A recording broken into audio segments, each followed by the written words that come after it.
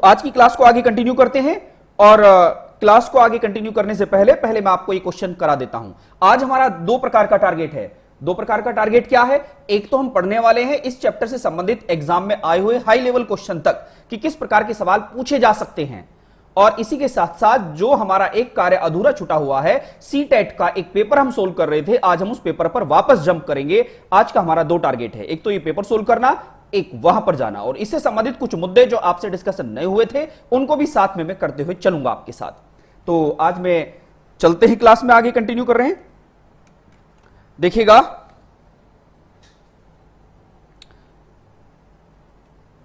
सवाल है आपके सामने स्क्रीन पर। टॉपिक यह है पारिस्थितिकी तंत्र के कार्य, function of ecosystem. Function of ecosystem बहुत सारे स्टूडेंट्स ने इसको पहले पढ़ा है, बहुत सारे स्टूडेंट ने इसको पहले पढ़ा नहीं कहूंगा, मैं कहूंगा रटा है। ये आपके क्वेश्चन हैं, ये सभी क्वेश्चन हैं जो आपको ईमानदारी के साथ पढ़ने हैं और खुद से जवाब देना है और खुद से लड़ना है। जो अब तक हमने थ्योरी पढ़ी है उस थ्योरी के बेस पर अगर आपने सच में ईमानदारी से थ्योरी पढ़ी है तो ये सवाल आप हिट आसानी से कर सकते हैं, ये आसानी से सवाल हिट कर जाएंगे। अगर आपने थ्योरी नहीं पढ़ी है तो आपको थोड़ी सी तकलीफ हो सकती है। अगर आपने थ्योरी नहीं पढ़ी है, जो थ्योरी हमने डिस्कशन किया है, तो तकलीफ हो सकती है। हां, मैं अभी जूम करने वाला हूं, टेंशन मत लीजिएगा, अभी तो मैं आपसे डिस्कशन कर रहा हूं। तो अब हम इसको थोड़ा सा आगे कंटिन्यू करते हैं। यहां पर आप देखिएगा, मैंने आपसे ये क्वेश्चन दिए हैं, ये नंबर ऑफ क्वेश्चन यहां पर मैं आपको दिखा देता हूं जिससे कि तकलीफ ना हो आपको। अब सबको दिख जाएगा। अब मैं बड़ी स्क्रीन पर ले जाता हूं जिससे कि बिल्कुल भी दिक्कत ना बने आपको। अब सबको विजिबल हो गया होगा, क्लियर है? सबको आवाज आ रही है मेरी? Well done. सबसे पहले एक्सरसाइज कर लेते हैं। अब दिखने लगी है सर क्लास? ओके ओके, ठीक है, thank you Pinky ji.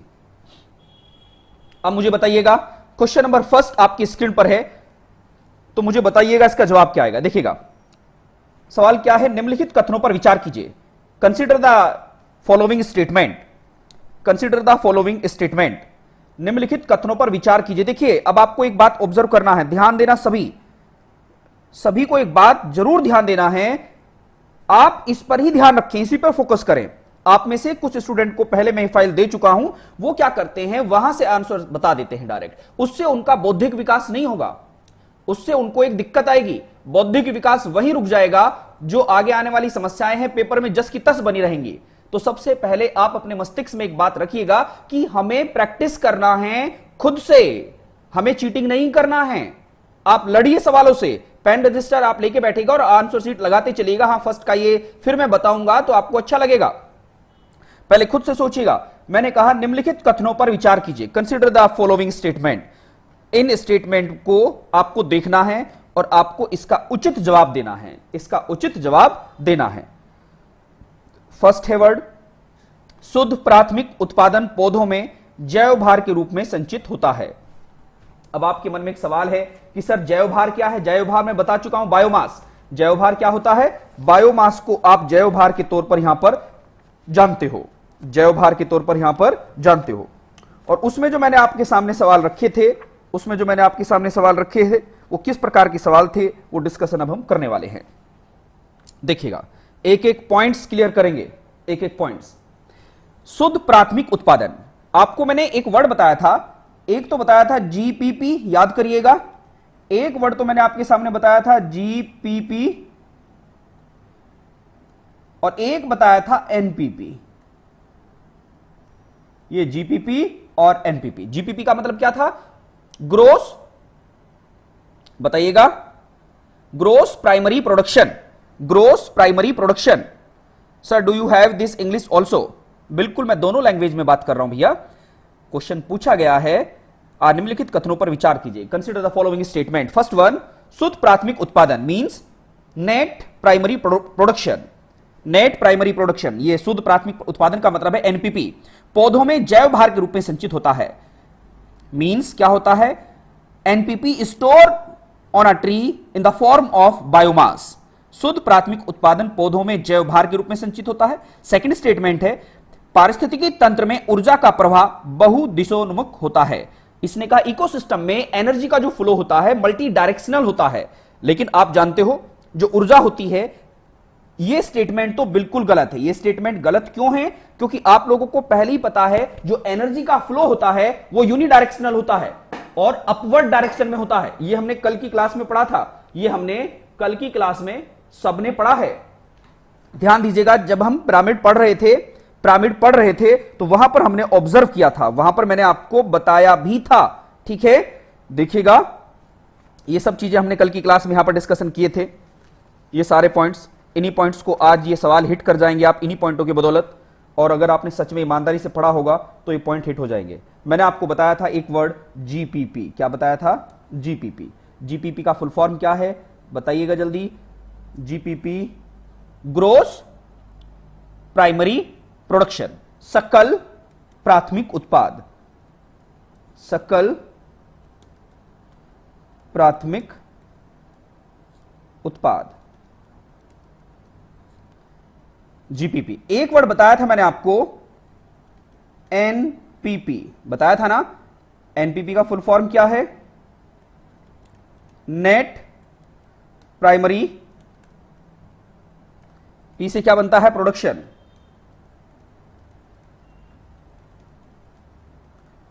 Net primary production का मतलब क्या है? शुद्ध प्राथमिक उत्पादन। ये बात याद आ रही होगी आपको, ग्रोस प्राइमरी प्रोडक्शन और एनपीपी। अब इसमें मैंने आपको एक रिलेशन बताया था, अगर याद हो आपको, अगर आपको याद हो तो एक रिलेशन हमने पढ़ा था। क्या रिलेशन था वो रिलेशन ये था कि sir NPP is equal to GPP minus respiration.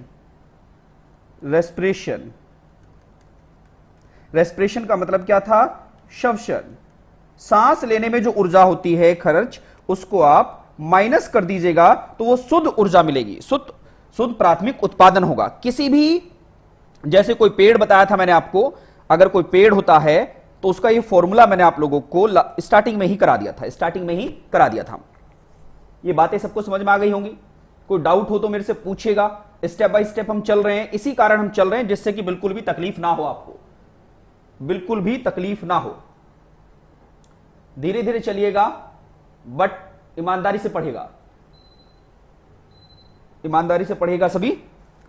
तो इस तरीके से आपने क्या सीखा? यहां पर आपने सीखा कि सर इस क्वेश्चन का जवाब क्या आएगा। फर्स्ट ऑप्शन स्टेटमेंट पढ़िएगा, शुद्ध प्राथमिक उत्पादन पौधों में जैव भार के रूप में संचित होता है। बिल्कुल, मतलब ये एनपीपी के फॉर्म में, एनपीपी, ये तो फर्स्ट स्टेटमेंट सही है। तो उसका जवाब क्या आएगा? इसका जवाब आएगा ओनली वन। सेकंड क्यों गलत है? क्योंकि जो एनर्जी फ्लो होता है ओनली यूनिडायरेक्शनल होता है, अपवर्ड डायरेक्शन होता है। ये लास्ट क्लास में हमने पढ़ा था ऊर्जा का पिरामिड, एनर्जी पिरामिड आप सबने पढ़ा था, ठीक है ना। तो उसको आप देख के बता सकते थे। तो इसका जवाब क्या आएगा? फर्स्ट स्टेटमेंट इसका जवाब आएगा। नेक्स्ट है क्वेश्चन नंबर सेकंड, निम्नलिखित कथनों पर विचार कीजिए। Consider the following statement. First one, पारिस्थितिकी तंत्र की उत्पादकता का एकमात्र निर्धारक कारक सौर ऊर्जा की मात्रा है। वो कह रहा है जो इकोसिस्टम होता है, इकोसिस्टम है, उसमें जो प्रोडक्शन है, जो प्रोडक्टिविटी है वो डिपेंड्स ओनली सोलर एनर्जी। मतलब एक पारिस्थितिकी तंत्र की उत्पादकता का एकमात्र निर्धारक कारक सौर ऊर्जा की मात्रा होती है। नहीं, सौर ऊर्जा के साथ साथ उष्मा, प्रकाश और अन्य घटक भी जिम्मेदारी होती है, अन्य घटकों की भी जिम्मेदारी होती है। केवल सौर ऊर्जा ही नहीं, वहां पर पानी की मात्रा भी तो होती है। आप जानते हो जैसे पेड़ है, पेड़ में सूर्य ऊर्जा के साथ साथ पानी भी चाहिए, कार्बन डाइऑक्साइड भी चाहिए, आपको पता है ना। केवल और केवल एकमात्र मैं कह दूं ओनली सोलर एनर्जी, तो ये सही बात नहीं होगी।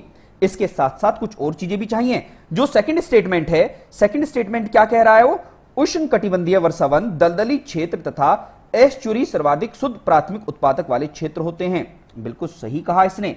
उष्ण कटिबंध का मतलब जानते हैं ना आप? उष्ण कटिबंध का मतलब है, यहां पर इस स्टेटमेंट को मैं आपको बेहतर तरीके से समझा देता हूं जिससे कि बात ही बेहतर हो जाए। इसको समझते हुए चलिएगा। इन्होंने कहा है इन्होंने कहा है जिनकी प्रोडक्टिविटी अधिक होती है, जो प्रोडक्टिविटी अधिक होती है वो किन किन की प्रोडक्टिविटी अधिक होती है। तो सबसे पहले आपको एक बात जरूर विशेष तौर पर ध्यान देना है, सबसे अधिक प्रोडक्टिव होती है किसकी, अगर ये पृथ्वी है और ये क्या है, इक्वेटर है, ये क्या है, इक्वेटर है। इक्वेटर के ऊपर क्या है, 23.5 डिग्री नॉर्थ, और इससे नीचे क्या है, 23.5 डिग्री साउथ। इसको आप क्या कहते हो, इसको बोलते लाइन ऑफ कैंसर, मींस कर्क रेखा, कर्क रेखा। और इसको क्या बोलते हो, मकर रेखा, tropic of cancer. Tropic of cancer ये है, और ये क्या है, line of Capricorn, tropic of Capricorn भी बोलते हो, मकर रेखा। जो इसके बीच का क्षेत्र है इसको बोलते हैं उष्ण कटिबंधीय, उष्ण कटिबंधीय, टॉरिड जोन। टॉरिड जोन सबसे ज्यादा प्रोडक्टिविटी इसकी होती है, सबसे ज्यादा प्रोडक्टिविटी इसकी होती है। यहीं पर सर्वाधिक बरसात होती है, यहीं पर सूर्य का प्रकाश सर्वाधिक होता है, यहीं पर जीव जंतुओं पेड़ पौधों की प्रजातियां अधिक मात्रा में पाई जाती है। तो सर्वाधिक प्रोडक्टिविटी किसकी है, इसकी है। इसके बाद जो प्रोडक्टिविटी की बात करूंगा, इसके बाद जो प्रोडक्टिविटी की बात करूंगा फिर ये आ जाएगा। इसके बाद प्रोडक्टिविटी इसकी होती है, इसका नाम क्या है और इसका नाम क्या है ग्लोब पर, इन दोनों को, इसको हम बोलते हैं, इसको बोलते हैं सदर्न सब ट्रॉपिक जोन। इसको क्या बोलते हैं, सदर्न सब ट्रॉपिक जोन, और ऊपर को क्या बोलते हैं, नदर्न सब ट्रॉपिक जोन, मींस उत्तरी शीतोष्ण कटिबंध, उत्तरी शीतोष्ण कटिबंध। ये क्या है, दक्षिणी शीतोष्ण कटिबंध, ये ध्यान देते चलना है आपको, शीतोष्ण कटिबंध, ठीक है। और इसके ऊपर फिर जो ये है और ये है, इनकी प्रोडक्टिविटी और भी कम होती है। तो सर्वाधिक प्रोडक्टिविटी किसकी हो गई, इसकी हो गई, दूसरे नंबर पर किसकी हो गई, इसकी हो गई, और तीसरे नंबर पर किसकी हो गई, इसकी हो गई। क्लियर है। इसको क्या बोलते हैं, southern freezed zone, northern freezed zone. ये प्रोडक्टिविटी, उत्पादकता की बात याद रखनी है। सवाल पूछा जाए कि सर्वाधिक उत्पादकता किसकी है इन तीनों चीजों में, तो आप आसानी से इसका जवाब दे सकते हो। फर्स्ट नंबर पर सबसे ज्यादा प्रोडक्टिविटी किसकी होगी, तो आप कहेंगे उष्ण कटिबंधीय, इसको बोलते हैं टॉरिड जोन, उष्ण कटिबंध। उष्ण क्यों, क्योंकि यहां पर ऊष्मा अधिक होती है, उष्ण कटिबंध, यहां पर ऊष्मा सर्वाधिक होती है, इसी वजह से इसको टॉरिड जोन बोलते हो। क्लियर हुआ, यह ध्यान देना है। और इनको क्या बोलते हैं, दक्षिणी शीत कटिबंध, शीत कटिबंध, शीत का मतलब बहुत ज्यादा ठंड होती है। तो प्रोडक्टिविटी के अकॉर्डिंग आप ये सारे पॉइंट्स आसानी से याद रख सकते हो, क्योंकि जब ऑब्जेक्टिव सवाल बनेगा ये नोट डाउन करते रहना। छोटी छोटी बातें हैं जो आपको परीक्षा में हिट करा देंगी, इन्हीं को आप अपने मस्तिष्क में बैठा के रखो कि कहां पर प्रोडक्टिविटी अधिक है, कहां पर प्रोडक्टिविटी कम है। ये छोटी छोटी बातें आपको परीक्षा में आगे बढ़ा के ले जाएगी। उम्मीद करता हूं ये बात आपको समझ में आई होगी कि जो प्रोडक्टिविटी होती है सर्वाधिक किसकी है। यहीं पर मैं आपको थोड़ा सा और कॉन्सेप्ट बता देता हूं जिससे कि बातें क्लियर होती चली जाए। एक वर्ड होता है उष्ण कटिबंधीय सदाबहार वन। प्रोडक्टिविटी के वन के हिसाब से बता रहा हूं, जो वन होते हैं, वन, फॉरेस्ट, फॉरेस्ट में सबसे ज्यादा प्रोडक्टिविटी किसकी बताई मैंने आपको, उष्ण कटिबंधीय, कटिबंधीय, उष्ण कटिबंधीय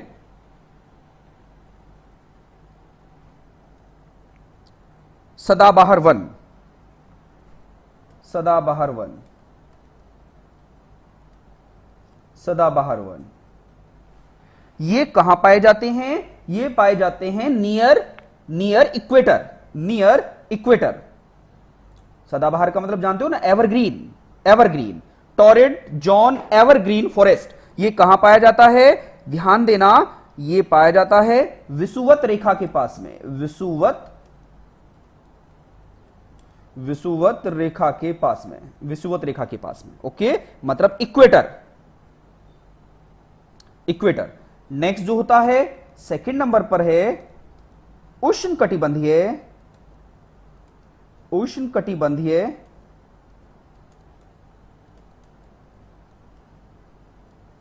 उष्णकटिबंधीय पर्णपाती वन। पर्णपाती का मतलब जानते हो, जो पतझड़ हो जाता है जिनमें, पर्णपाती वन, जिनमें क्या हो जाता है, जिनमें पतझड़ हो जाता है, पत्ते गिर जाते हैं, उनको क्या बोलते हैं, पर्णपाती वन कहते हैं। पर्णपाती वन के तौर पर इनको जाना जाता है, यह बात याद रखना है आपको। तो दूसरे नंबर पर वन में प्रोडक्टिविटी किसकी हो गई, उष्णकटिबंधीय पर्णपाती वन में।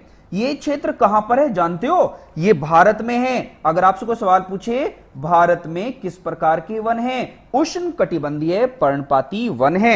जैसे भारत है और साउथ ईस्ट एशिया है, साउथ ईस्ट एशिया है,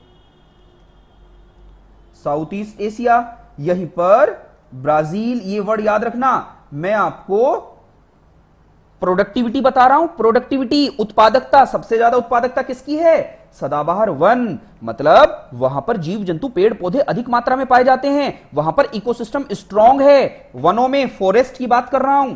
तो सबसे ज्यादा किसका हो गया, उष्णकटिबंधीय सदाबहार वन, जो विषुवत रेखा के आसपास पाया जाता है। नियर किसके होता है, इक्वेटर के होता है।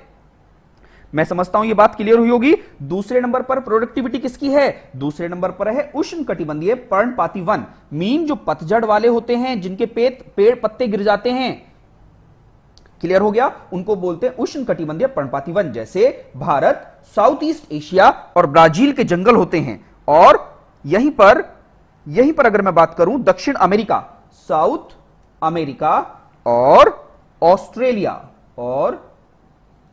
ऑस्ट्रेलिया, ठीक है, इनमें जो होता है उष्णकटिबंधीय पर्णपाती वन पाए जाते हैं।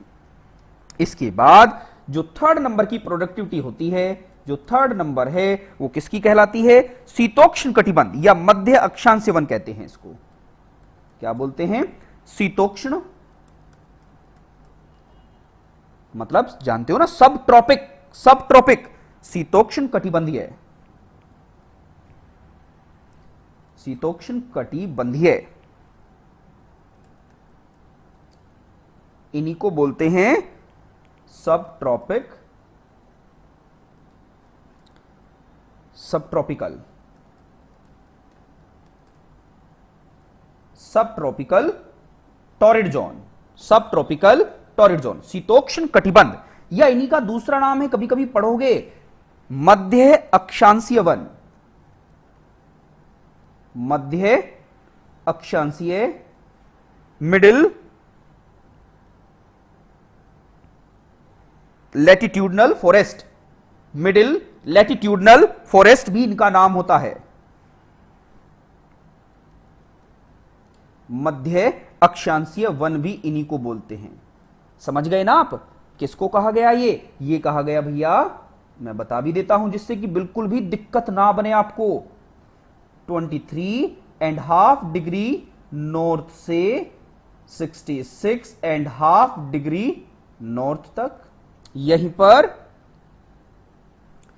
पर एंड 20.5 डिग्री साउथ से 66 डिग्री एंड हाफ साउथ तक, ये जो होते हैं इनको आप क्या कहते हो, शीतोष्ण कटिबंध कहते हो, ठीक है, या मध्य अक्षांशीय वन कहते हो, मध्य अक्षांशीय वन कहते हो। ये बात आपको क्लियर हुई होगी। अब हम थोड़ा आगे चल जाते हैं। नेक्स्ट है, यहीं पर फोर्थ नंबर पर मध्य अक्षांशीय, मध्य अक्षांशीय पर्णपाती वन, ये रट लेना, ये समझ लेना कि क्या है भैया, ये पर्णपाती वन मतलब जो मिडिल लैटिट्यूडनल, जहां पर पत्ते गिरते हैं वो फॉरेस्ट होते हैं, उनको मध्य अक्षांशीय पर्णपाती वन कहते हैं। और ये यही है, इसी इसी उसमें आएगा, ये इसी एक्सपेंशन में आएगा, ये ध्यान देना है। क्लियर हो गया? तो ये कहां कहां किस किस प्रकार के पाए जाते हैं ये भी मैं आपको बता देता हूं। ये कहां पाए जाते हैं? अब बात है ये कहां पर पाए जाते हैं? North east America, north east America, north east America, south या दक्षिणी चिली। मतलब जब मैं आपको मैप समझाऊंगा ना, मैप भी बताऊंगा मैं आपको, मैप के तरीके भी समझाऊंगा, तो आपको क्लियर हो जाएंगी चीजें। दक्षिणी चिली, वहां पर ये प्रकार के वन पाए जाते हैं। अब हम चलते हैं नेक्स्ट टाइप के वन। जो नेक्स्ट टाइप के वन है, फिफ्थ टाइप पर जो प्रोडक्टिविटी है, शंकुधारी, कॉनिक, शंकुधारी जिनको बोलते हैं conic, conic forest, conic CONIC, conic forest, या इन्हीं को हम नाम दे देते हैं टैगा, टैगा वन,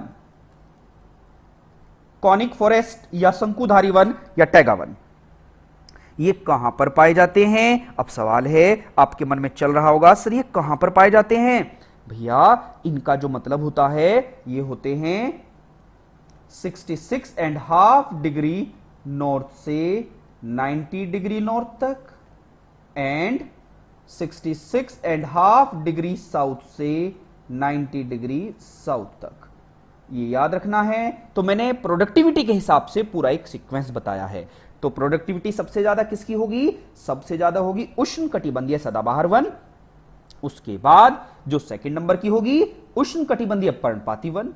नेक्स्ट होगा शीतोष्ण कटिबंध या मध्य अक्षांश वन भी कहते हैं। ये पूरे के पूरे 5 प्रकार के, आप ये बात याद रख लेना, इनको इसी सीक्वेंस से याद रखना है।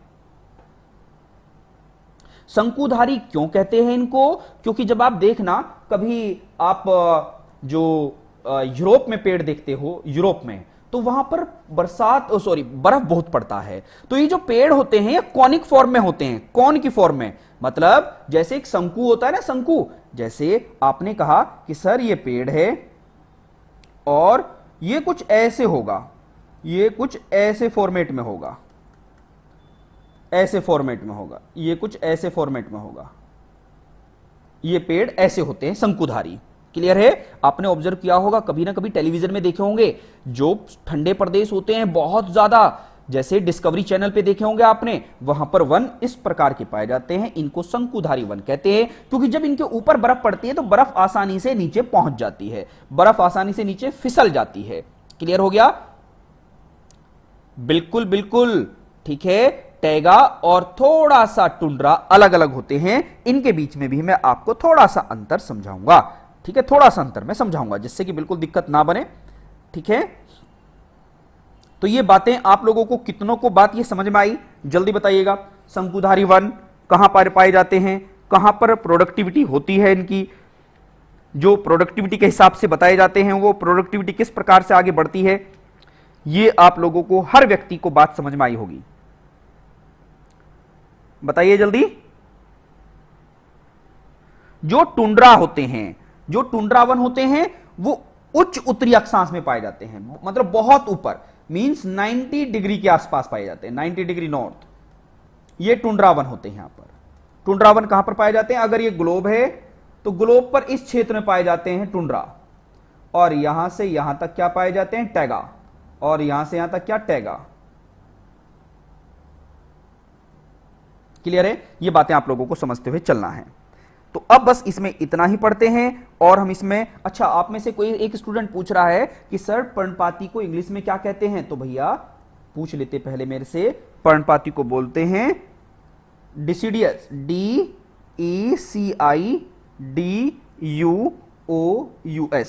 फॉरेस्ट। ओके, पर्णपाती मतलब जिनके पत्ते गिर जाते हैं, जिनके पत्ते गिर जाते हैं। ठीक है, बस इतनी बात याद रखनी, और कुछ नहीं। छोटी छोटी बातें हैं जो आप लोगों को एग्जाम, जो क्वेश्चन के बीच बीच में मैं बताते चलूंगा, जिससे कि आपको बिल्कुल समस्या ना बने। तो उम्मीद करता हूं ये बातें क्लियर हुई होंगी आपको। ये वन बता दिया आपको किस किस प्रकार के वन होते हैं, इनकी प्रोडक्टिविटी किस प्रकार की होती है। ये बातें आप लोगों के लिए बड़े काम की होती हैं, इनको नोट डाउन करते चलना है। ऑब्जेक्टिव सवाल में ऐसी चीजें दिख जाती हैं। ये पांचों प्रकार के वन आपको समझ में आ गया। अब यहां देख लेते हैं क्वेश्चन पर, वापस उस क्वेश्चन पर पहुंच जाते हैं जो हम क्वेश्चन कर रहे थे। पारिस्थितिकी तंत्र। हां, एक बात और कहता हूं मैं आपसे, आपको क्वेश्चन करने में जरूर तकलीफ होगी। तकलीफ क्यों होगी? आपको पढ़ना अच्छा लगता है, लेकिन जब आपसे कोई कहता है कि दिमाग चलाइएगा तो आपको तकलीफ होने लगती है। मैं इस तकलीफ को यहीं पर इस वजह से लाना चाहता हूं कि जब परीक्षा हॉल में बैठो तो वहां की तकलीफ कुछ भी ना हो आज की तकलीफ के सामने। तो क्वेश्चन नंबर सेकंड आपकी स्क्रीन पर है। क्वेश्चन नंबर सेकंड आपकी स्क्रीन पर है। पारिस्थितिकी तंत्र की उत्पादकता का एकमात्र निर्धारक कारक सौर ऊर्जा की मात्रा है। ये तो गलत है। नहीं नहीं, केवल सौर ऊर्जा नहीं, बहुत सारी चीजें चाहिए, पानी भी चाहिए, कार्बन डाइऑक्साइड भी चाहिए। ये तो गलत हो गया। अब देखिए सेकंड क्वेश्चन, उष्ण कटिबंधीय वर्षावन। क्लियर हो गया। दलदली क्षेत्र, दलदली क्षेत्र का मतलब जानते हैं? वेटलैंड, वेटलैंड भूमि जहां दलदल होती है, तथा ऐश्वर्य सर्वाधिक शुद्ध प्राथमिक उत्पादकता वाले क्षेत्र होते हैं। बिल्कुल सही। इसका जवाब क्या आएगा? सेकंड, इसको याद रखना, केवल 2, केवल 2। क्वेश्चन नंबर थर्ड की तरफ को गौर फरमाइएगा आप। क्वेश्चन नंबर थर्ड आपकी स्क्रीन पर है। पार तंत्रों में, अब मुझे आपसे जवाब चाहिए, आपके अपने मस्तिष्क के जवाब देना है, मस्तिष्क से सोच के जवाब देना है, बिल्कुल सोच के जवाब देना, रटना नहीं है। क्वेश्चन नंबर थर्ड का जवाब दीजिएगा। मैं देखना चाहता हूं कितने स्टूडेंट इसका जवाब सही देंगे।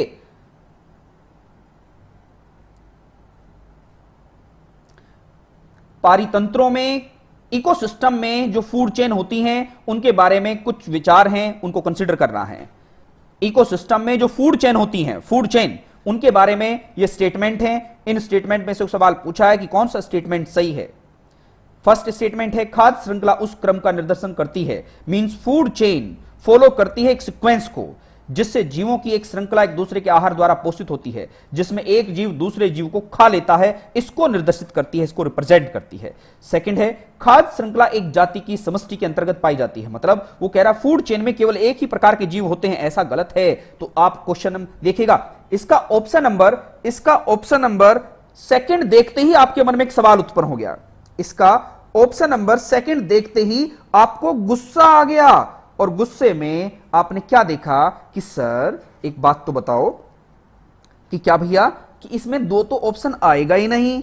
ऑप्शन नंबर 2 तो बिल्कुल नहीं आएगा, क्योंकि एक प्रकार के जीव होते ही नहीं। एलिमिनेशन मेथड बता रहा हूं, समझते चलिएगा। एलिमिनेशन मेथड, एलिमिनेशन का मतलब है जो सबसे पहले गलत है उसे काट दो, जो सबसे पहले गलत है उसको तो खत्म ही कर दो। इसका मतलब 2 नहीं आएगा, 2 नहीं आएगा तो 2 कहां है?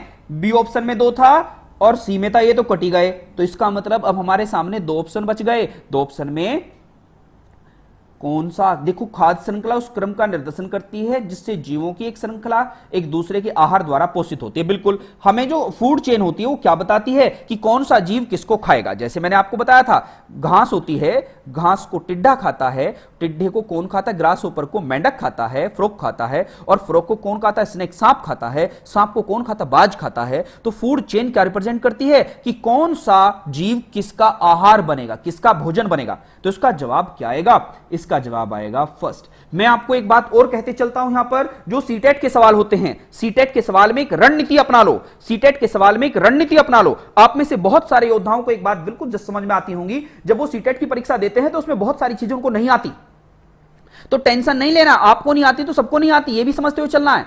अब जो हम पढ़ने के बाद जब हम आगे बढ़ेंगे, अगर वो चीज आपको नहीं आती तो सबको नहीं आती, उस केस में आप एलिमिनेशन मेथड से खेलते हो। एलिमिनेशन का मतलब है पहले जो गलत है उसको हटा दो, पहले जो गलत है उसको हटा दो, और जब वो हट जाता है तो आपको 50-50 करने का ऑप्शन मिल जाता है। और 50-50 में यह देखा जाता है कि 50% तो सही हो ही जाते हैं, 50% तो सही हो ही जाते हैं। इस मेथड को मैं तब सीखना है, तब खेलना है जब हम निरुत्तर हो जाएं, तब हम इस मेथड को खेलते हैं। तो मैं मेथड यहां पर समझाना भी चलता हूं, क्योंकि रणनीति सीख रहे हैं हम एग्जाम को हिट करने की, सवाल को हिट करने की रणनीति बता रहा हूं साथ साथ में। क्वेश्चन नंबर फोर्थ आपकी स्क्रीन पर है, आप इसे समझिएगा। क्वेश्चन नंबर 4 आपकी स्क्रीन पर है, वो क्या कह रहा है? निम्नलिखित कथनों पर विचार कीजिएगा। Consider the following statement. जब किसी प्रदूषक का सांद्रण खाद्य श्रृंखला के प्रथम जीव में बढ़ता है तो इसे जीव संचयन कहते हैं। अब आप कहोगे कि सर ये क्या होता है, इसका मतलब क्या है? सर थोड़ा सा हमें इसके बारे में तो बता तो दो कि ये सांद्रण क्या होता है, सांद्रण किसको कहते हैं, सांद्रण का कंसेप्ट क्या होता है। जब हमें थोड़ा सा बता दोगे तो हम थोड़ा आगे बढ़ जाएंगे। अभी हमें इसके बारे में नहीं पता, तो अब इसके बारे में थोड़ा सा देख लीजिएगा भैया। घबराना क्या है, बड़ा आसान सा कंसेप्ट है, और इस आसान से कंसेप्ट को बस हमें सीखना है। देखो यहां एक वर्ड आता है संचयन। संचयन और सांद्रण, ये बता देता हूं ये क्या होते हैं। ठीक है, क्वेश्चन नंबर 4 को थोड़ा सा अच्छा समझाने के लिए ये बात बता देता हूं। मैं पहला वर्ड बता देता हूं, जैव संचयन किसको कहते हैं। जैव संचयन, ये लिख लेना, जैव संचयन।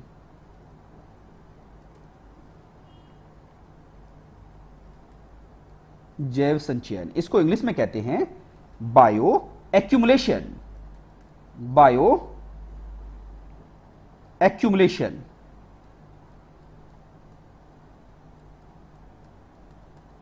बायो एक्यूमुलेशन, जैव संचयन किसको कहते हैं पहले ये देख लेते हैं। जैव संचयन किसको कहते हैं।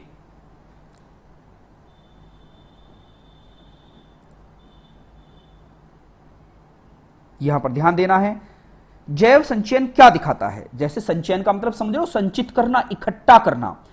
किसी जीव के द्वारा, जैव, जैव का मतलब समझे किसी जीव के द्वारा, संचयन का मतलब एक्यूमुलेट करना, उसको रखना, इकट्ठा कर लेना। ओके, इस टर्म से तो इतना बात समझ में आया, लेकिन है क्या ये, इसका मतलब है ये क्या रिप्रेजेंट करता है। ये रिप्रेजेंट करता है एक प्रदूषक, जब पोल्यूटेंट्स, एक प्रदूषक, ध्यान देना, किस प्रकार एक पोल्यूटेंट्स, पोल्यूटेंट्स का मतलब जानते हो प्रदूषक, किस प्रकार एक प्रदूषक खाद्य श्रृंखला मतलब फूड चेन में, खाद्य श्रृंखला फूड चेन में एंट्री लेते हैं, खाद्य श्रृंखला के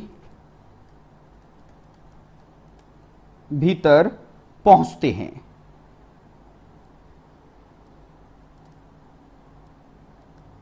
पहुंचते हैं, यह ध्यान देना है। अब आप कहोगे कि सर ये समझ में नहीं आई बात मेरे। मैंने कहा भैया समझ लो, जैव संचयन, जैव संचयन का मतलब है बायो एक्यूमुलेशन। मैंने कहा कोई जीव है या मैं है और आप हैं, मैं और आप हैं। जब मैं और आप सांस लेते हैं तो हमारे अंदर वायु प्रदूषण से संबंधित बहुत सारी गैसें हमारे सांस के द्वारा अंदर चली जाती है। जब हमारे अंदर वो गैसें चली जाती हैं तो उनसे हमारे शरीर के अंदर बीमारियां उत्पन्न हो जाती हैं, उनसे हमारे शरीर के अंदर बीमारियां उत्पन्न हो जाती हैं, क्योंकि हम उन जो पोल्यूटेंट्स हैं उनको क्या नहीं कर पाते, पचा नहीं पाते, उनको हम एब्जॉर्ब नहीं कर पाते। हमारी मशीनरी उनको पचाने की क्षमता नहीं रखती। क्लियर हो गया। तो होता क्या है, होता यह है यहां पर जो जैव संचयन है, जैव संचयन का मतलब बस इतना ही है कि जब कोई प्रदूषक किसी फूड चेन में पहुंच जाता है, फूड चेन में पहुंचने के बाद अगर किसी जीव ने उसको खाया तो उसके अंदर तो वो है ही, और जब उस जीव को कोई दूसरा जीव खाएगा तो उसके अंदर और ज्यादा टाइम पर पोल्यूटेंट्स होएगा। फिर उसको जब कोई तीसरा खाएगा तो उसके अंदर वो जो पोल्यूटेंट्स है, वो जो विष है, वो जहर है, वो बढ़ता ही जाएगा, वो बढ़ता ही जाएगा। जैसे आप ध्यान दीजिएगा, भैंसों को इंजेक्शन दिया करते थे डाइक्लोफिनेक, जानते हो ना।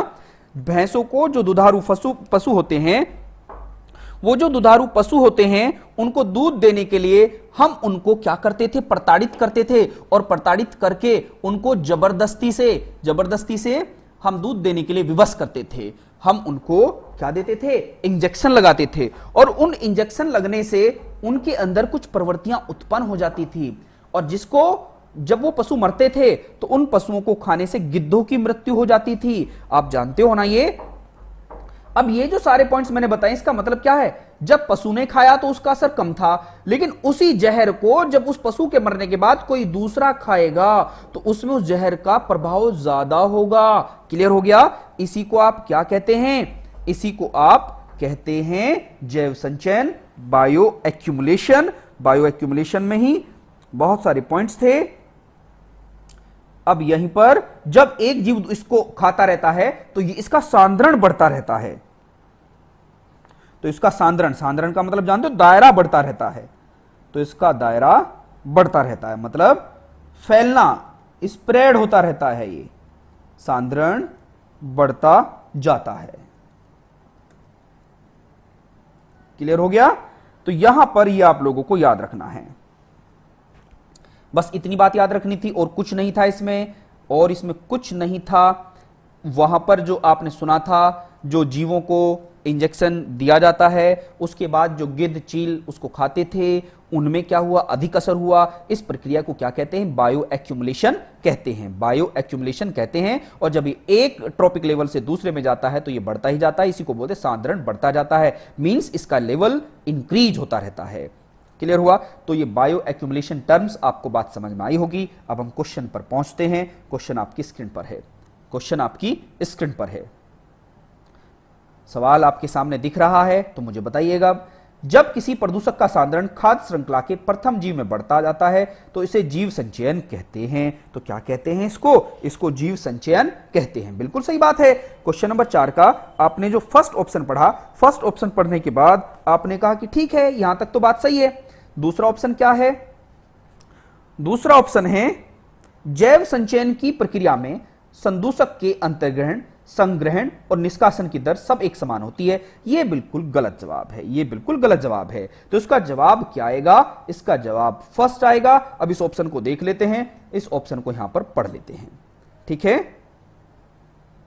ईमानदारी से पढ़ते रहिएगा, बड़े अच्छे अच्छे सवाल हैं आपके सामने, और जब आप इन्हें ईमानदारी से पढ़ोगे तो बिल्कुल तकलीफ नहीं आएगी।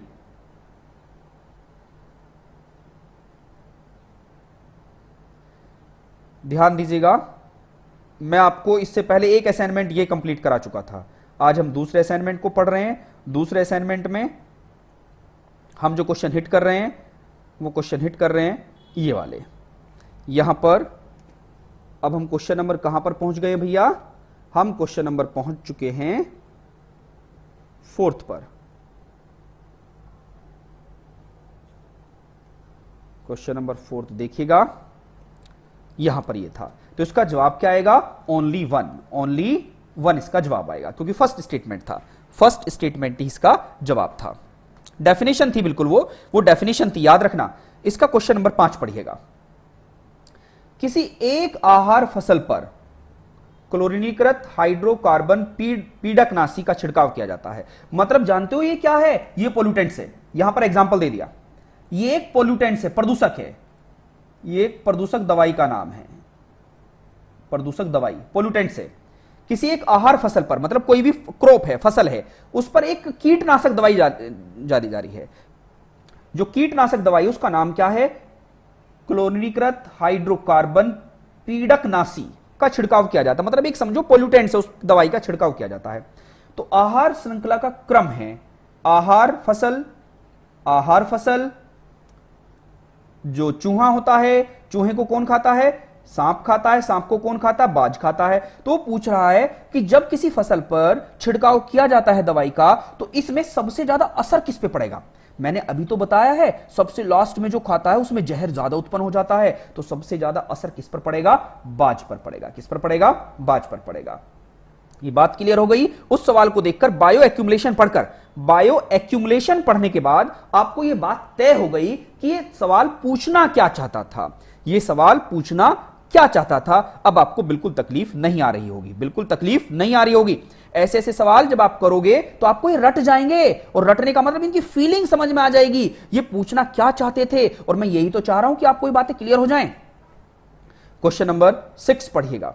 उम्मीद करता हूं इसको हर व्यक्ति हिट करेगा, इसको हर व्यक्ति हिट करेगा। ईमानदारी से अपने मन की परीक्षा लीजिएगा। क्वेश्चन नंबर 6 आपकी स्क्रीन पर है। मुझे जवाब चाहिए आपसे, मुझे जवाब चाहिए, मैं अपेक्षा कर रहा हूं आपकी जवाब की। तो भैया बिल्कुल सही सही जवाब दे रहे हैं आप। वेल डन, वेल डन, बहुत अच्छा लग रहा है कि अब आप चलने लगे हैं, दौड़ने लगे हैं, अब आपको सच में चीजें समझ में आने लगी हैं। संख्या के पिरामिड उल्टा और सीधा दोनों प्रकार के होते हैं। बिल्कुल सही बात है। जो नंबर पिरामिड होता है, और हमने कुछ दिन पहले ही तो पढ़ा है, कल ही तो पढ़ा है नंबर पिरामिड। नंबर पिरामिड क्या है? जो उल्टा और सीधा दोनों प्रकार का होता है। बड़े वृक्ष में देखो, ये तो बिल्कुल सही बात हो गया, फर्स्ट ऑप्शन तो बिल्कुल सही हो गया। अब इसका सेकंड ऑप्शन पढ़ लेते हैं। बड़े वृक्षों में हमें जैव संख्या का सीधा पिरामिड दिखाई पड़ता है। अब एक बात बताओ, बड़ा वृक्ष, एक वृक्ष की बात कर रहा है, और याद करो वो कह रहा है कि एक वृक्ष का जो पिरामिड होता है जैव संख्या, जैव संख्या का मतलब जानते हो? Biomass, biomass, biomass. जैव भार, ठीक है। संख्या के पिरामिड उल्टा और सीधा दोनों प्रकार के होते हैं। बड़े वृक्षों में हमें जैव संख्या का पिरामिड दिखाई पड़ता है, जैव संख्या का सीधा पिरामिड। जैव संख्या का सीधा पिरामिड क्या? ये भी नहीं, बायोमास नहीं है, ये भी नंबर है, ये भी नंबरी पिरामिड है, ये भी संख्या पिरामिड है।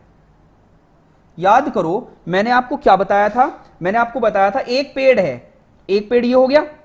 मैंने कहा सबसे पहले किसी भी पारितंत्र का जब आप पिरामिड बनाते हो तो उसका उत्पादक मतलब प्रोड्यूसर सबसे बेस में आता है। बिल्कुल, तो पेड़ एक हो गया।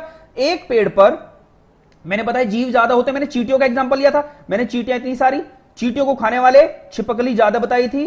तो अब मुझे बताओ जब ऐसा बनेगा तो ये तो उल्टा बन गया, ये तो उल्टा बन गया, तो इसका मतलब सेकंड तो बिल्कुल गलत हो गया, सेकंड तो ऑप्शन बिल्कुल गलत है। तो इसका जवाब क्या आएगा? फर्स्ट ऑप्शन आएगा। वेरी गुड, आपने सबने बेहतर तरीके से, आप सबने बेहतर तरीके से समझ लिया है इस बात को। क्लियर है? दो समझा दीजिए। है मेरा रह गई कल।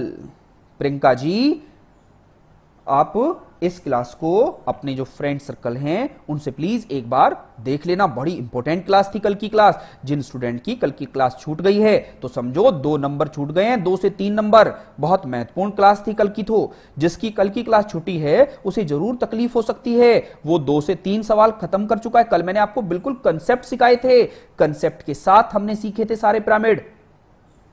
तो क्वेश्चन नंबर 6 का जवाब मैं समझता हूं सबको मिल गया। अब क्वेश्चन नंबर 7, बहुत अच्छा सवाल है भैया, बड़ा अच्छा सवाल है। क्वेश्चन नंबर 7, पारितंत्र की घटती उत्पादकता मींस किसी भी इकोसिस्टम में जो प्रोडक्टिविटी होती है वो डिक्रीजिंग ऑर्डर में कौन सा सीक्वेंस सही है? किसी भी इकोसिस्टम की जो प्रोडक्टिविटी है वो डिक्रीजिंग ऑर्डर में पूछ रहा है कि कौन सा राइट स्टेटमेंट है। बिल्कुल साक्षी जी, वो नंबर पिरामिड ही था, वो नंबर ही पिरामिड था।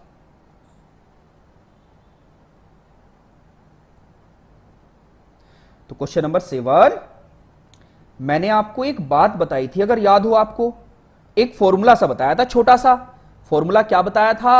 याद रखिएगा, उत्पादकता, प्रोडक्टिविटी, उत्पादकता का फॉर्मूला।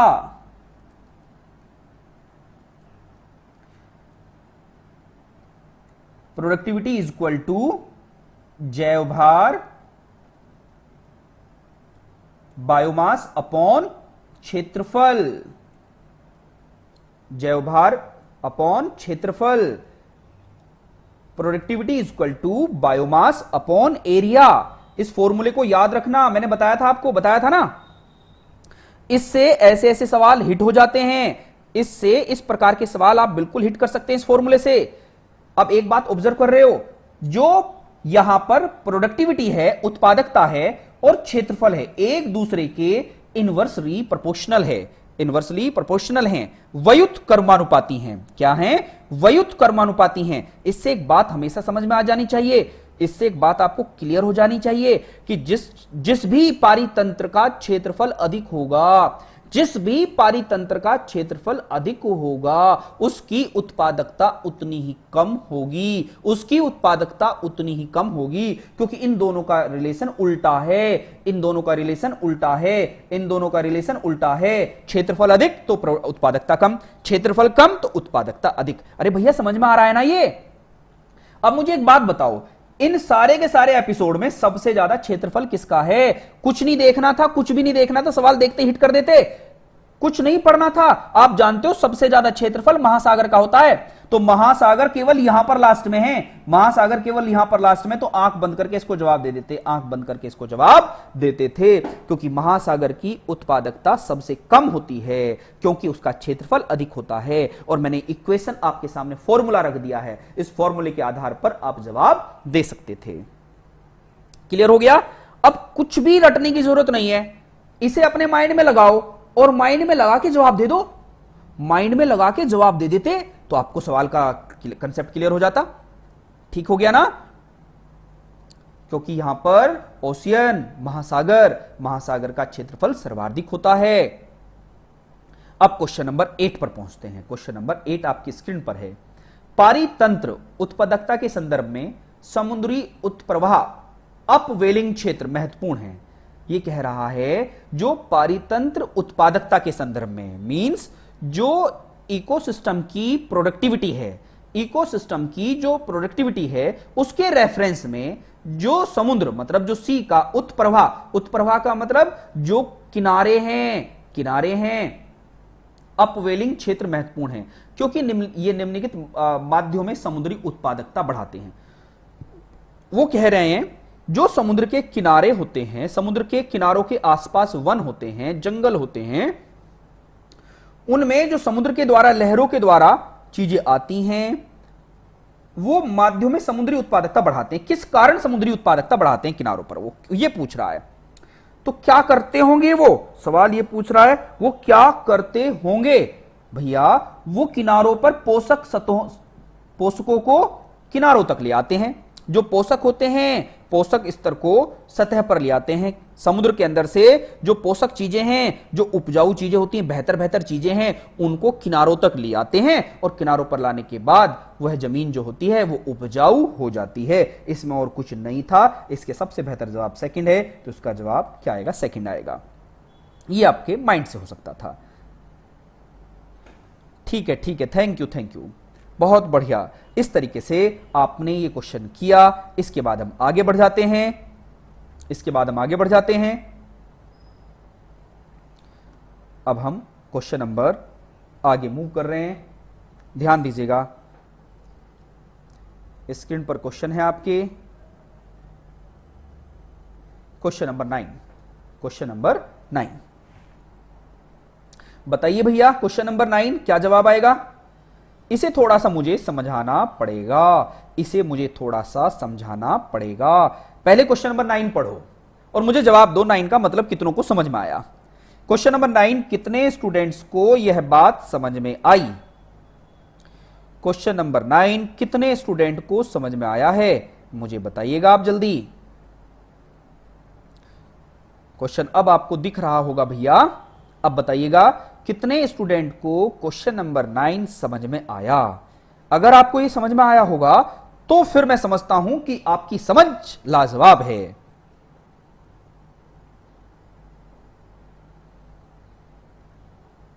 मुझे बताइएगा अब कितने स्टूडेंटों को यह सवाल समझ में आया, जल्दी जल्दी बताइएगा। इससे एक बात समझ में आ जाएगी,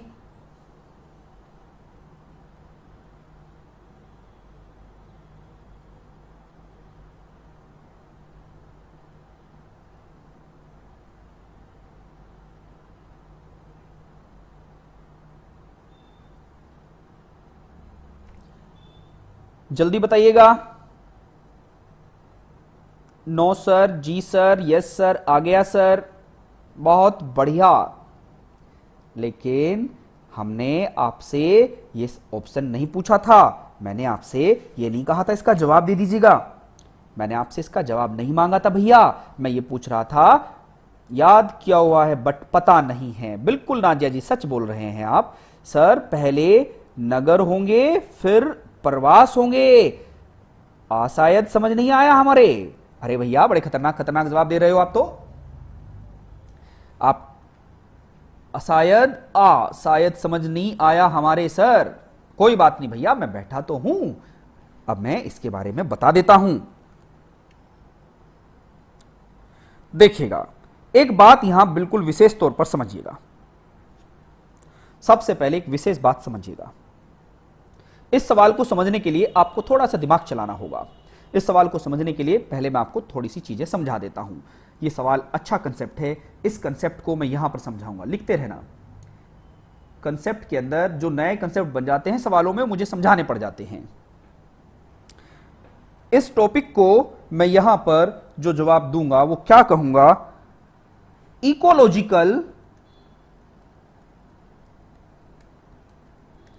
इकोलॉजिकल सक्सेशन बोलता हूं।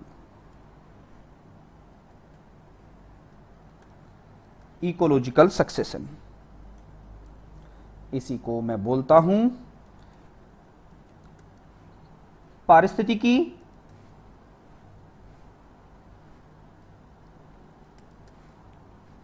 पारिस्थितिकीय अनुक्रमण। अनुक्रमण क्लियर है? Ecological succession, ecological succession.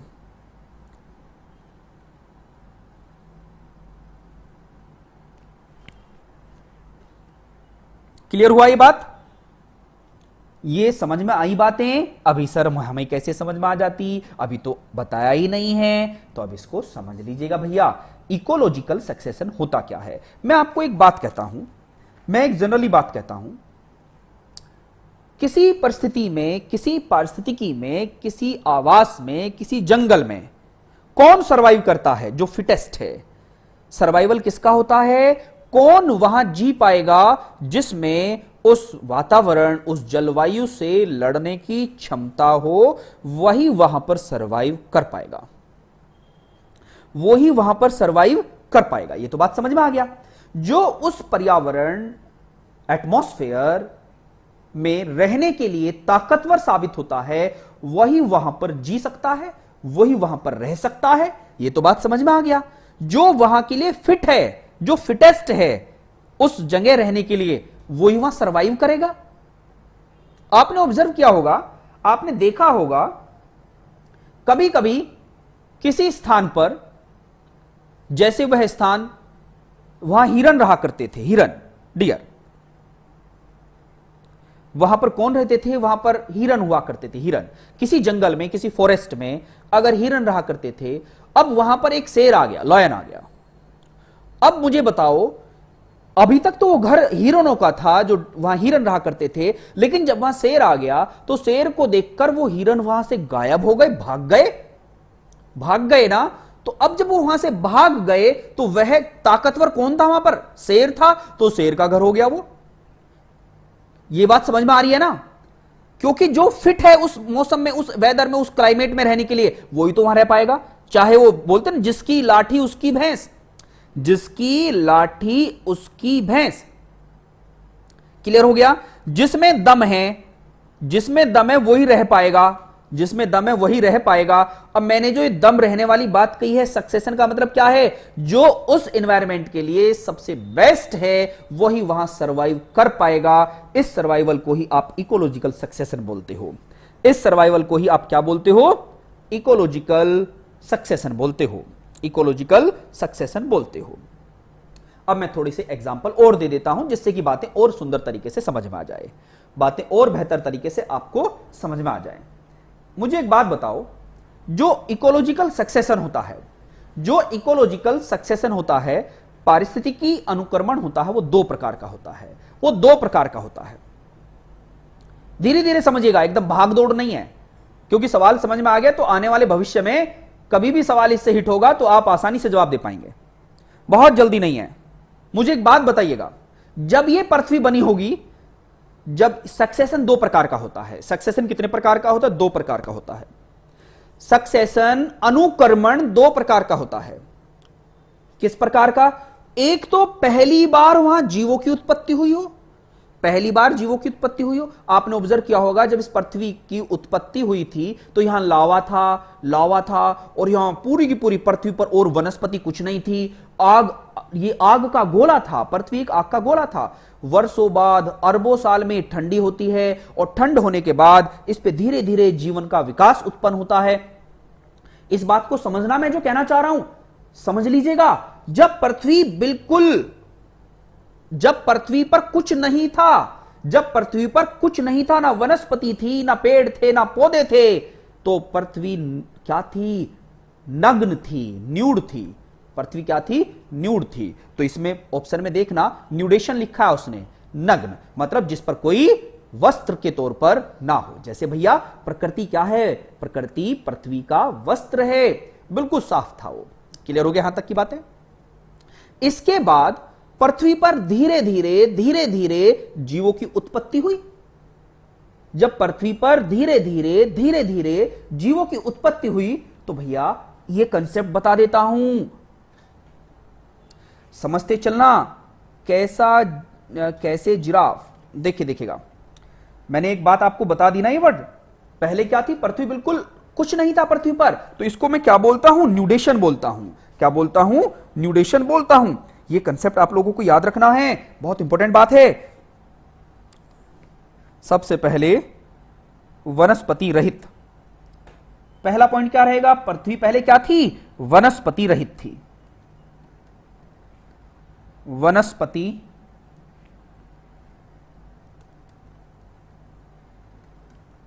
रहित, इसको मैं क्या लिखता हूं, न्यूडेशन। न्यूडेशन क्लियर हो गया, कुछ था ही नहीं। इसके बाद क्या हुआ, ये अनुक्रमण का मतलब समझ रहे हो, किस तरीके से विकास हुआ वो बता रहा है। पृथ्वी पर कैसे कैसे कौन फिट हुआ, कहां पर कौन जीव फाइनल हुआ कि ये यहीं पर रहेगा, ठीक है ना। ये फाइनल इस तरीके से हुआ, पहले पृथ्वी क्या थी, वनस्पति रहित थी, मतलब न्यूडेशन फॉर्म में थी। इसके बाद वहां पर प्रवास बने। प्रवास का मतलब क्या है, माइग्रेशन।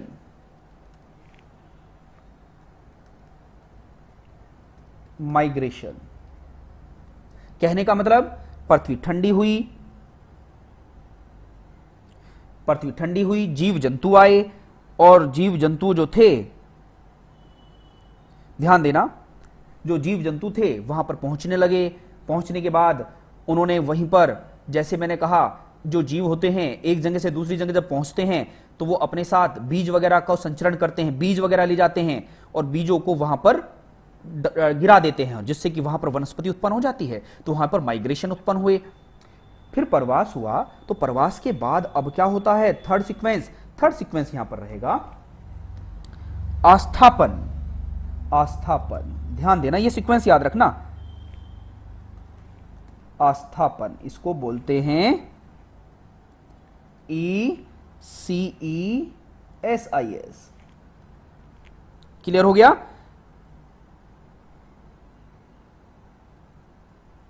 इसका मतलब क्या हुआ, प्रवास बन गए एक, प्रवास में जीवों की स्थापना हुई। आस्थापन का मतलब जानते हो, जीवों की स्थापना, जीव आने लगे। सबसे पहले तो पृथ्वी नग्न थी, उसके बाद वहां प्रवास बनने लगे। प्रवास का मतलब आप समझ, जंगल, ये भी तो एक प्रवास है, हैबिटेट है। उसके बाद वहां पर स्थापना होने लगी, जीवों की स्थापना होने लगी। बिल्कुल पिंकी जी, अभी बहुत कुछ है मेरे भैया समझने के लिए, ठीक है। उसके बाद आस्थापन का मतलब स्थापना होने लगी जीवों की। जब स्थापना होने लगी जीवों की, वहां पर एसएसएस बोलते हो। फिर क्या हुआ, कंपटीशन हुआ, स्पर्धा हुई, जीवों के बीच में संघर्ष हुआ, स्पर्धा हुई, कंपटीशन।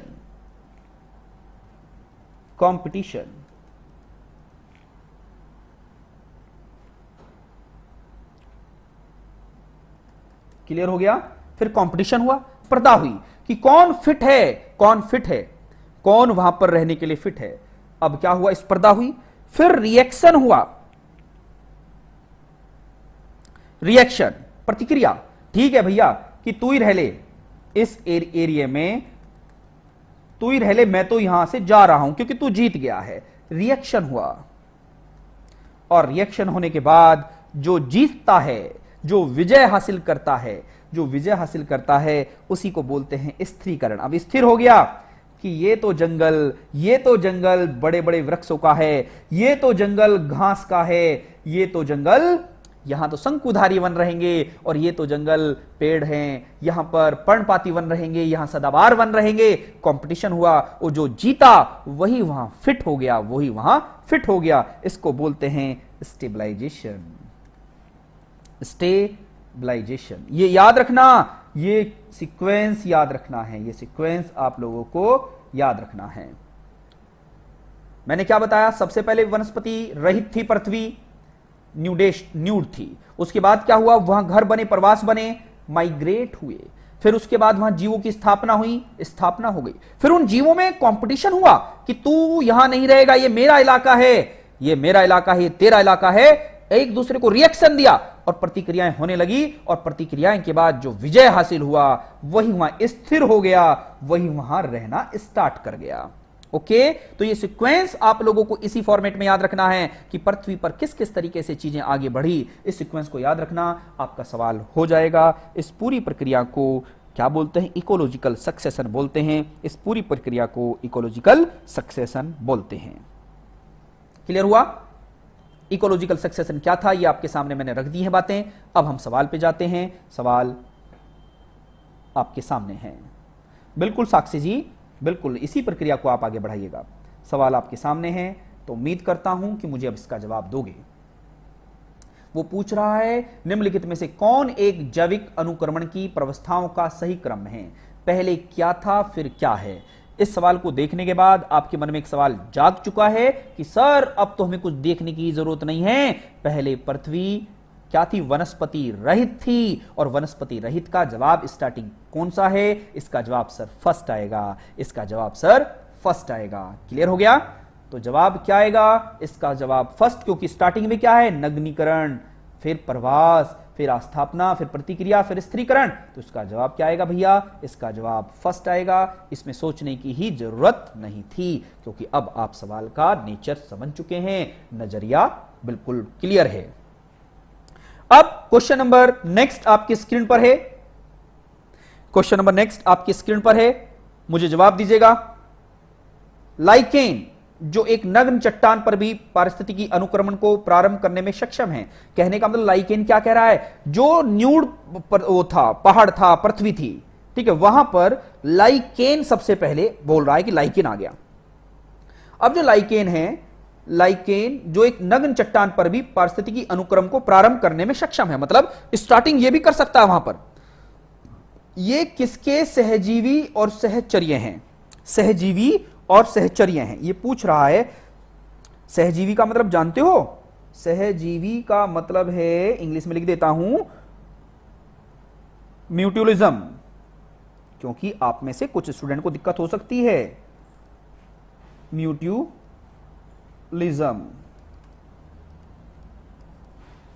क्लियर हो गया? जैसे लाइकेन, दोनों प्रजातियां, सहजीविता में क्या मतलब होता है? दोनों प्रजातियों को लाभ होता है। जैसे लाइकेन कवक और शैवाल को सुरक्षा, देखिए लाइकेन क्या होता है? जहां कवक शैवाल को सुरक्षा तथा शैवाल कवक को भोजन देता है, तो मतलब कवक और शैवाल आ जाएगा। इसका जवाब क्या आ जाएगा? कवक और शैवाल, कवक और शैवाल। क्लियर हो गया? इसका जवाब आप समझ गए होंगे। 10 का बी, ये रट लेना, ये रट लेना बहुत इंपॉर्टेंट था, बहुत इंपॉर्टेंट था। नेक्स्ट 10 क्वेश्चन समझ में आ गया होगा। क्वेश्चन नंबर 11 आपके सामने है। जीव भार का पिरामिड किस परिस्थिति तंत्र में उलट जाता है? क्वेश्चन नंबर 11 का जवाब दीजिएगा जल्दी सभी। क्वेश्चन नंबर 11 का जवाब दीजिएगा जल्दी जल्दी। क्वेश्चन नंबर 11 का जवाब दीजिएगा। क्वेश्चन नंबर 11 का क्या आएगा? जीव भार का मतलब बायोमास का पिरामिड, बायोमास का पिरामिड किस परिस्थिति की तंत्र में उलट जाता, मतलब उल्टा होता, मतलब उल्टे का मतलब जानते हो? ऐसे होता है, ऐसे होता है बायोमास का। तो मैंने आपको क्या बताया था बायोमास में? याद करो, सबसे कम वजन किस में होता है? फाइटोप्लैंक्टन, मतलब काई में। फिर उसके बाद मैंने कहा बड़ी मछली शार्क सबसे ऊपर ज्यादा होता है। तो मतलब उल्टा किसके में होता है? तालाब में, तालाब तंत्र में ये उलट जाता है। बताया था ना, याद करो, रिवाइज करना, लास्ट क्लास रिवाइज करोगे तो समझ में आ जाएंगी चीजें, और यह आपको जानना जरूरी था और आवश्यक भी था। अब हम नेक्स्ट क्वेश्चन की तरफ को चलते हैं। केवल 3 से 4 सवाल बचे हैं, इसमें 3 से 4 सवाल बचे हैं। क्वेश्चन नंबर 12 की तरफ को, खाद्य श्रृंखला फूड चेन में मानव है। याद रखिए, बड़ा महत्वपूर्ण सवाल है ये। देखो कहां कहां आया है, ध्यान दीजिएगा। सी टेट में 3 से 4 बार रिवाइज हो चुका है ये सवाल, 3 to 4 टाइम्स, और पीसीएस में आ चुका है। एक एग्जाम होता है सीडीएस, वहां आ चुका है। ये सवाल बहुत बार रिवाइज हुआ है। क्वेश्चन नंबर 12, क्वेश्चन नंबर 12 बड़ा इंपॉर्टेंट है, जल्दी बताइएगा। क्वेश्चन नंबर 12 आपकी स्क्रीन पर है। खाद्य श्रृंखला में मतलब फूड चेन में, मैंने आपको बहुत बिंदास तरीके से ये सारी चीजें बताई थी। याद करो, ट्रॉपिक लेवल में मनुष्य कहां कहां हो सकता था? ट्रॉपिक लेवल में मनुष्य कहां कहां हो सकता था? मनुष्य क्या है? एक सर्वाहारी भी है, और एक शाकाहारी भी है। तो देखो सबसे पहले कौन होगा, पेड़ होगा। अगर मैंने कहा पेड़, वनस्पति, इसके बाद कौन आएगा, शाकाहारी, और इसके बाद कौन आएगा, मांसाहारी। तो मैंने इंसान को कहां बताया था, ये फर्स्ट है, ये टू है, ये थर्ड है, फर्स्ट सेकंड थर्ड। तो जवाब में क्या जवाब देना चाहेंगे भैया मुझे? बड़ा अच्छा सवाल आपकी स्क्रीन पर है। ये क्या है, ये उपभोक्ता होते हैं, कंज्यूमर। कंज्यूमर मतलब सेकंड और थर्ड, प्राथमिक और द्वितीयक उपभोक्ता, मतलब इसका डी ऑप्शन आएगा। क्लियर हो गया ना? सबसे पहले बड़ा अच्छा सवाल था, याद करो, मैंने आप लोगों को बताया था ये। क्लियर है? तो उम्मीद करता हूं ये बातें आपको समझ में आ गई होंगी। इसका जवाब आएगा डी।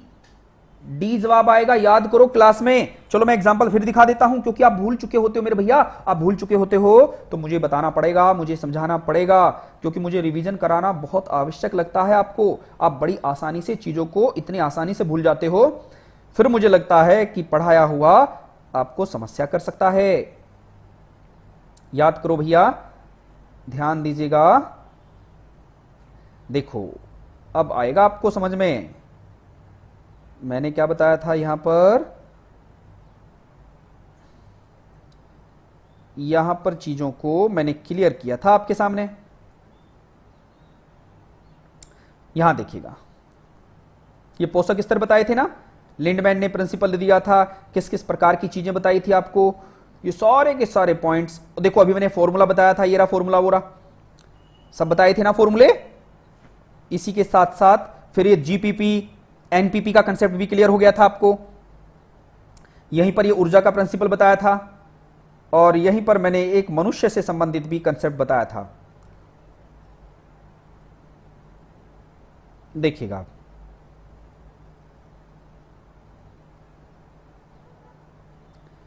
ये वाला एग्जाम्पल देखिएगा, ये वाला एग्जाम्पल बताया था। यहां पर ये घास है, ये घास क्या है, 1 डिग्री है, 1 डिग्री ट्रॉपिक लेवल, और ये सब क्या है, 2 डिग्री ट्रॉपिक लेवल, 2 डिग्री, और ये 3 डिग्री, 3 डिग्री ट्रॉपिक लेवल। कभी कभी घास को कौन खा लेता है, इंसान, तो मनुष्य यहां पर भी आ सकता है, मनुष्य यहां पर भी आ सकता है, तो मनुष्य भी 2 डिग्री हो गया। तो मनुष्य 2 डिग्री और 3 डिग्री दोनों पर पा सकता है। ठीक है, मतलब ये ट्रॉपिक लेवल है, उपभोक्ता है, तो यहां पर प्राथमिक उपभोक्ता है ये, और ये द्वितीयक उपभोक्ता, दोनों स्तर पर मनुष्य हो सकता है। ठीक है, तो ये बातें आप लोगों को यहां पर बिल्कुल समझ में आई होंगी। देखो धीरे धीरे चीजों को रिवाइज जरूर करते रहा करो। जब आप रिवाइज नहीं करोगे तो सब भूल जाओगे, सब भूल जाओगे, फिर समस्या उत्पन्न हो जाएगी, सब पढ़ा लिखा बेकार हो जाएगा। आपको देखो सारी चीजें मैं बता रहा हूं, इसी फाइल को मैं क्योंकि खत्म क्यों नहीं करता हूं इस फाइल को मैं, जिससे कि मैं आपको रिवाइज करा सकूं, जिससे कि मैं आपको रिवीजन करा सकूं। अब क्वेश्चन नंबर हमारी स्क्रीन पर था, इसका जवाब तो आप दे चुके हैं। क्वेश्चन नंबर 13 मुझे जवाब दीजिएगा। क्वेश्चन नंबर 13, निम्न में से किसकी औसत शुद्ध प्राथमिक उत्पादकता सबसे कम होती है? क्लियर हो गया ना, अभी फॉर्मूला बताया था ना, तो मुझे बताओ। हे योद्धाओं, सवाल बड़ा प्रिय है आपके सामने, बड़ा अच्छा सुंदर सवाल है, तो इस सवाल का जवाब दीजिएगा। इस सवाल का जवाब आपसे अपेक्षा की जाती है कि इस सवाल का जवाब आप मुझे बिल्कुल देंगे। क्वेश्चन नंबर 13, निम्न में किसकी औसत, मतलब एनपीपी पूछ रहा है, एनपीपी सबसे कम होती है। एनपीपी नेट प्राइमरी प्रोडक्शन सबसे कम है। सबसे कम किसकी है मेरे भैया? एक बात तो क्लियर हो गई, एक बात तो क्लियर होगी कि सर उष्ण कटिबंधीय तो ज्यादा होती हैं। उष्ण कटिबंधीय वाला मतलब टोरिड जोन वाले तो बिल्कुल पक्के होंगे, तो अच्छे हैं तो ठीक है। अब प्रोडक्टिविटी की बात फिर आ गई, फिर यहां बचे शीतोष्ण कटिबंधीय और शीतोष्ण कटिबंध, इनकी तो ज्यादा होती है, इनकी तो ज्यादा होती है ना, ये तो आएंगे नहीं इसमें। ये कम वाला पूछ रहा है, ये क्या पूछ रहा है, कम वाला पूछ रहा है। तो कम किस में होगी, वन में होगी या घास में, वन में या घास में? तो ये होगी कम घास में। तो 13 का क्या जवाब आएगा? सी जवाब आएगा। 13 का क्या जवाब आएगा? सी जवाब आएगा। बताया था ना, प्रोडक्टिविटी का फॉर्मूला भी बताया था अभी, और इनका सीक्वेंस भी बताया था। क्लियर है? अब आज की क्लास का लास्ट सवाल पढ़ लेते हैं।